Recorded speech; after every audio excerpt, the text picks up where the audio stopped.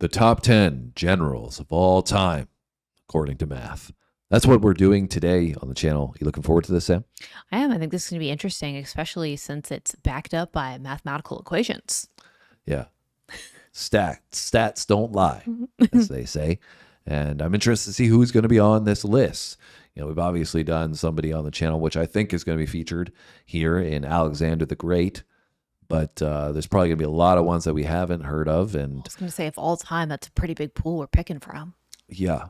I mean, obviously, there's been a lot of wars, so we got a big pool to choose from. Yep. But we're not going to speculate any longer. If you like the video, guys, just hit that like button. If you have any other recommendations for content just like this, you know what to do. Drop it in the comment section below. All right, let's check out the top 10 generals of all time, according to math.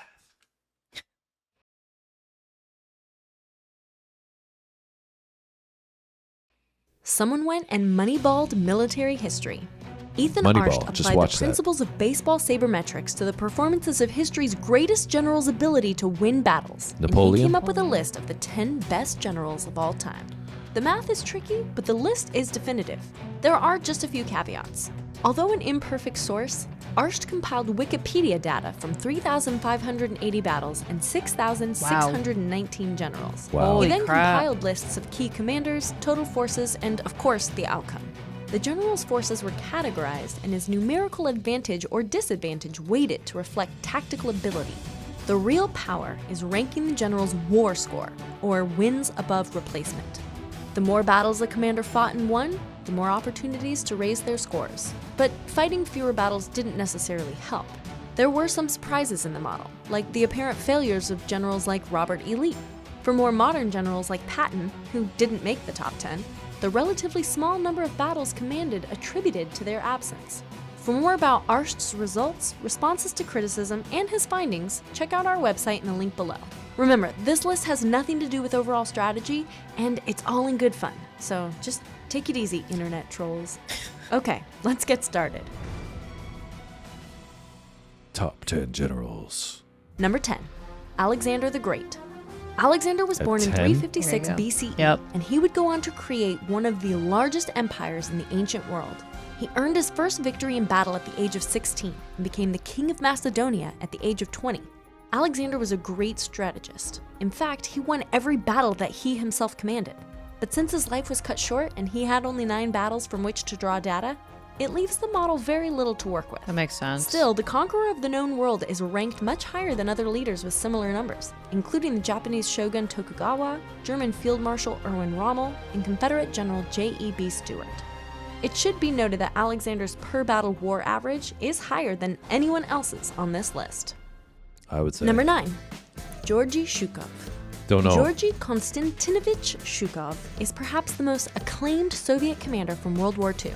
His victory at the Battle of Kursk, the largest tank battle in history, is remembered as the turning point in the war against the Germans, and his assault against Berlin in 1945 hastened the end of the war. Wow. Shukov has only one more battle than Alexander, and his overall score barely squeaks by the Macedonian. Interestingly enough, his score is far, far above that of General Douglas MacArthur or Confederate Generals Jubal Early and John Bell Hood. That's what overcoming the odds does for your war score. Number 8, Frederick. So right there we see the implication of using math, right? Because it's not so much influence. We're just looking at statistically versus how many battles and, you know, what the results were. You know, how do we rank these people?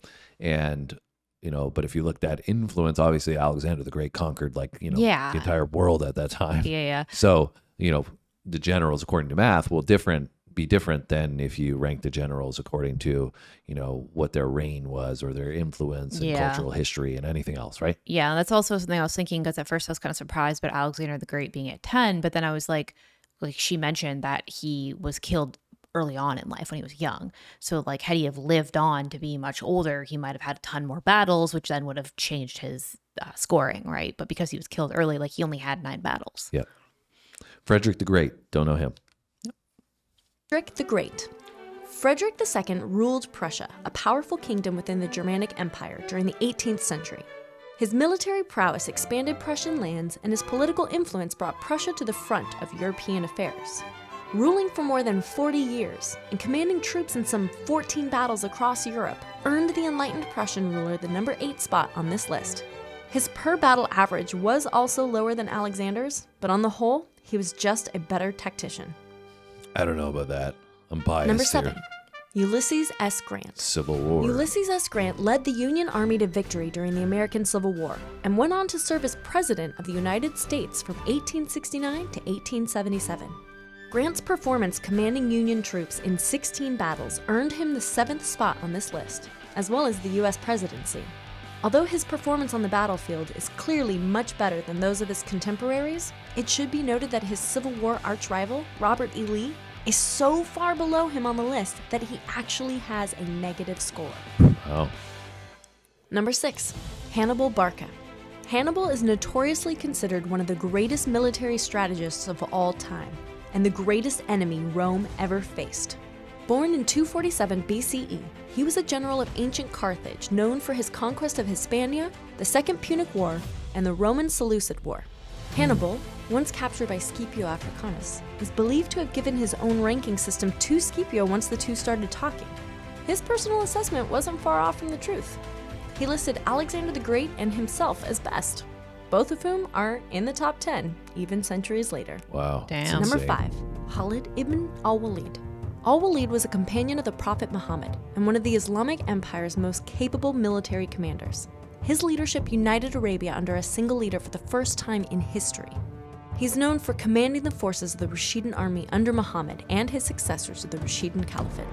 It's rumored that he fought in over 100 conflicts and skirmishes, but he's best remembered for 14 significant battles in which he remained undefeated against the Byzantine Empire and the Sassanid Persians, and helped spread Islam to the greater Middle East.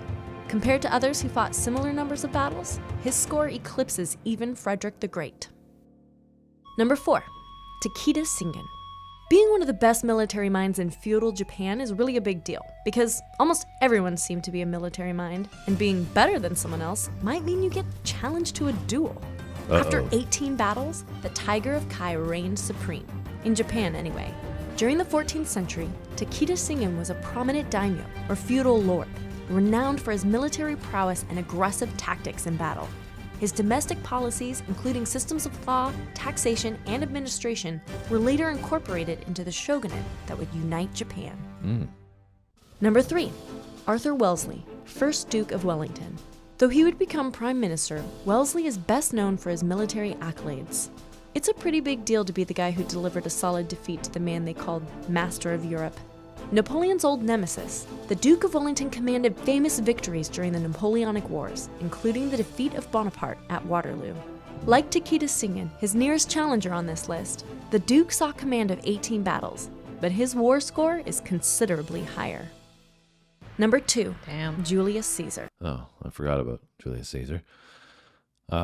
Really interesting to see so mmany generals, different time periods, different eras from different parts of the world. Yeah, Right. for sure. I like the one with Muhammad there, with Islam. Never even heard of him before. Either. We haven't done the Punic Wars either. We were looking at some historical videos to get into, and I think one of the ones you guys were recommending were the Punic Wars. So obviously one of the generals in there was mentioned. So I don't know, maybe where we're going to get Napoleon at the top of the list here. I don't know. And then also it's interesting because I don't really know much about Japanese history, but we watched that Shogun TV show, which is obviously like fictional, but that's what that made me think of, because that gave us a little bit of insight when we watched that into like Japanese culture and history. And I was like, that'd be cool to learn more about as well. Yeah, it's interesting as well because the tactics you would assume would be so different, from around the world. Obviously, you look at Japan, the way they're going to orchestrate their tactics is going to be very, very different than, Napoleon would, for example. For sure. But, it shows you kind of their different strategies or ways that you can win, right? Which is so cool as a tactician if you wanted to inspect this and look at it, beyond math. We're getting math here, but then if you want to incorporate more information to identify more of the nuance, you can, right? Well, it's crazy when you're thinking about math, because she said that one guy fought in over 100 battles, and you're comparing that to somebody like Alexander the Great who fought in 9, right? So it's big discrepancy. Yeah. Well, the size of the battles, I think, matters as well, right? And how long they last for and everything else. War score is considerably higher. Number 2. Julius Caesar. Before he declared himself dictator for life and found himself infamously murdered by all of his friends, Julius Caesar expanded the Roman Republic through conquests across modern Europe. Caesar didn't have command in as many battles as Cingin or the Duke of Wellington, but his war score reflects a lot more risk and shrewdness in his battlefield tactics. But even Caesar couldn't top Alexander's per-battle war average. Number 1, Napoleon Bonaparte. Napoleon. Yes, you might have guessed by now, but the number 1 spot belongs to l'Empereur. Napoleon is so far ahead of the normal distribution curve created by the data for these 6,000 plus generals, it's not even close. Wow. After 43 battles, he has a war score of more than 16, which blows the competition away. There could be no question. The man responsible for conquering an enormous expanse of Europe during the 19th century is the greatest tactical general of all time, and the math proves it. So that's our list. Leave us a comment and let us know if anyone on here surprised you. Napoleon to number Crazy. 1. You guessed correct. Huh? I said you guessed that correct. I wonder if that's also due to the fact that it's more recent, so they have more reliable data to pull from. Yeah, it's because possible. obviously math, you need data to construct your argument. So if they had more data, you go back to the times of Alexander the Great or Julius Caesar, like you don't have the details. Well, especially when they So- were saying the sourcing was Wikipedia, right? So Yeah. So like you said, sourcing, questionable, whatever, but this was cool. it was fun. And I just find it interesting, in particular with Napoleon. We've got into a few of the videos about the battles, right? And sorry for those of you that were requesting we get back into them. They were just really long videos, and there weren't enough people that were stopping by to watch them with us. So, I would like to continue it, but we're probably going to be doing that on our own time. But anyways, in Napoleon, we did those videos, and going into it, I had this just, I don't know, preconceived notion on him being a bad guy. I guess you're a war general, and just the way he's talked about in history of being a tyrant, so to speak, right? Yeah. But this is kind of offers a different perspective of being one of the greatest generals of all time. People have their own things that they do in life, right? And for him, he was an epic leader, right? Yeah. Like so many generals, like Alexander the Great was an epic leader as well. So, you're born and bred for certain things in life. Sometimes you fall into certain things as you grow up. Like Napoleon started really, really young, right?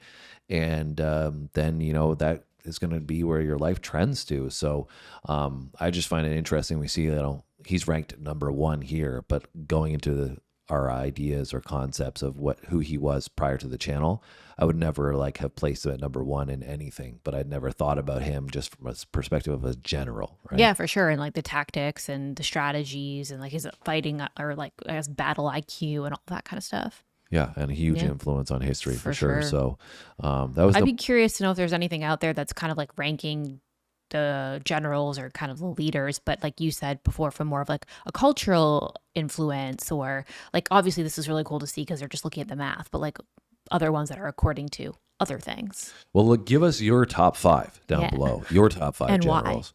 And why. And then you guys can all argue about it in the comments, and that'll be extremely entertaining. So we encourage you to do that. Just don't be a troll about it. Don't be, cause it too much ruckus. Keep it respectable. That's what we do on this channel with our community. That's so fantastic. But I enjoyed this. It was cool. Different perspective on things. Give us maybe another recommendation, like Sam said Also, down some below. people we've never heard of before that we could also look into more. That's valid. And if there's anybody on this list that you think we should check out Yeah. further, let us know. Hit the like button, subscribe, comment. Have a great day. We'll see you on the next video. Thanks for watching.